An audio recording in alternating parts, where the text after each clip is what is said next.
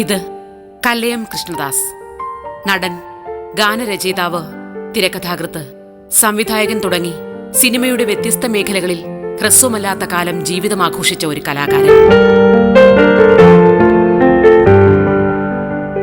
സിനിമയുടെ നാൾവഴികളിൽ താലപ്പൊലിമ ഏതുമില്ലാതെ കണ്ട അപൂർവം സിനിമാക്കാരിലൊരാൾ. അതായിരുന്നു കൃഷ്ണദാസ്.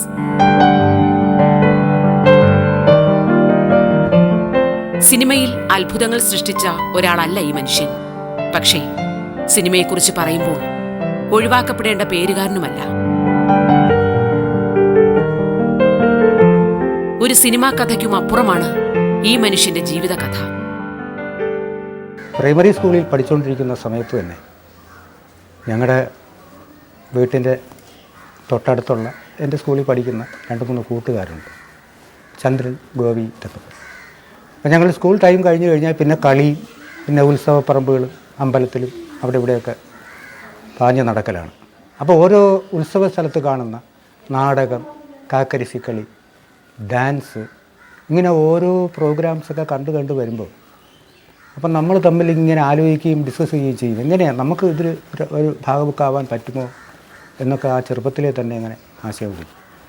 എന്നിട്ട് നമ്മൾ അമ്പലപ്പറമ്പിലും സ്റ്റേജിലും കണ്ട നാടകത്തിൻ്റെയും നൃത്തത്തിൻ്റെയും ഒക്കെ വേഷഭൂഷാദികൾ, ഈ പ്ലാവല കോട്ടി, തൊപ്പിയും ബെൽറ്റും വസ്ത്രങ്ങളുമൊക്കെ ഉണ്ടാക്കി ഞങ്ങൾ തന്നെ അങ്ങ് കളിക്കും. ഒരു നാടകം നമുക്ക് സ്വന്തമായിട്ട് അരങ്ങേറണം.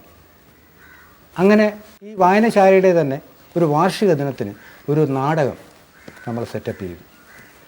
അത് അന്നത്തെ കാലത്ത് വളരെ എല്ലാവർക്കും ഇഷ്ടപ്പെട്ട ഒരു രീതിയിലായിരുന്നു ഞങ്ങളുടെ അഭിനയം. യഥാർത്ഥത്തിൽ ഈ അഭിനയം എന്താണെന്നൊക്കെ പഠിച്ചു തുടങ്ങുന്നത് ആ ഗ്രൂപ്പിൽ പെടുന്ന ആ സമയത്താണ്. അന്ന് സിനിമയെക്കുറിച്ച് ഒന്നും ഒരു കാര്യം അറിഞ്ഞിടാത്തൊരു കാലഘട്ടം. എങ്കിലും ചർച്ച ഞങ്ങളുടെയൊക്കെ ആ സിനിമ പറ്റിയും ബാക്കിയുള്ള സിനിമാ ലോകത്തെ അത്ഭുതങ്ങളെ പറ്റിയൊക്കെ ആയിരുന്നു. നടനായി 4 ആൾക്ക് മുന്നിൽ അറിയപ്പെടണമെന്നായിരുന്നു ആഗ്രഹം.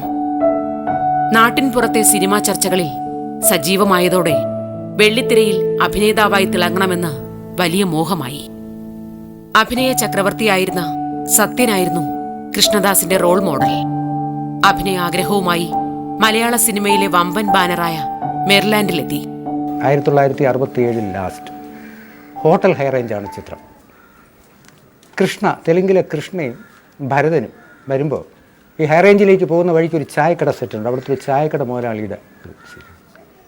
അപ്പോൾ അവർ വന്നതിനടുത്ത് ചായ ചോദിക്കും. ഞാൻ പറയും പാല് തീർന്നു പോയി, പഞ്ചാര കിട്ടാനില്ല എന്ന് പറയും. അങ്ങനെ എന്നെ വഴക്ക് പറഞ്ഞിട്ട് പോകുന്ന ഒരു സീൻ. പക്ഷേ മുതലാളിക്ക് ഇഷ്ടപ്പെട്ടു, പിന്നെ ബാക്കിയുള്ള എല്ലാവർക്കും ഇഷ്ടപ്പെട്ടു. വലിയ കുഴപ്പങ്ങളില്ലാതെ ഒറ്റ ടേക്കിൽ തന്നെ ഓക്കെ ആയി.